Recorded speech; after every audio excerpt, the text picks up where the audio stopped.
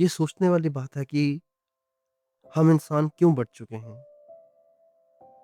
कभी महसूस किया है कि हम सबके बीच में एक अनदेखी दीवार खड़ी कर दी गई है, धर्म की दीवार, जाति की दीवार, अमीरी-गरीबी की दीवार और हम उस दीवार के इस पार खड़े हैं, नफ़रत के पत्थर फेंकते हुए।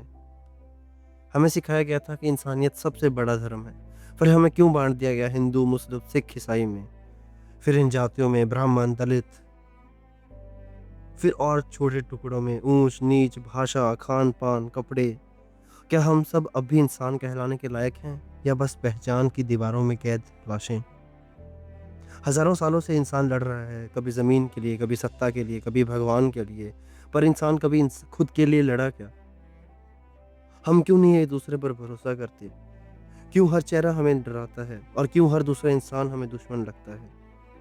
क्योंकि यही सिखाया गया है हमें, इन ताकतवर लोगों ने, इन सरकारों ने, जो ऊपर बैठकर हमें नाचते देखते हैं। सभी सरकारें बदलती हैं पर खेल वही रहता है, हमें बाँटने का, हमें लड़ाने का।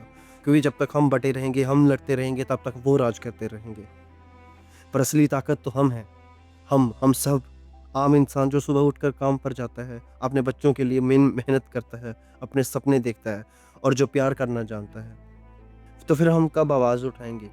कब अपने हक की बात करेंगे? कब ये कहेंगे कि हमें अब और नहीं बँटना, अब हमें और नहीं लड़ना? अभी वक़्त है इंसानियत को आगे लाने का, एक इंसानियत को मौका देने का। अब वक़्त है मोहब्बत को फिर से ज़िंदा करने का, प्रेम को ज़िंदा करने का, एक-दूसरे पे भरोसा करने का। अब रुकना होगा और बँटने से किसी एक पीढ़ी को आगे आना पड़ेगा, उठना पड़ेगा और समझाना पड़ेगा कि हम अपनी आने वाली पुश्तों में और ज़हर नहीं घोलेंगे और नफ़रत की गोलियाँ नहीं देंगे उन्हें। क्योंकि जब एक बच्चा पैदा होता है तो वो कोरा कागज़ होता है, हम उसको नफ़रत का पाठ पढ़ाते हैं और किसके कहने पर पढ़ाते हैं?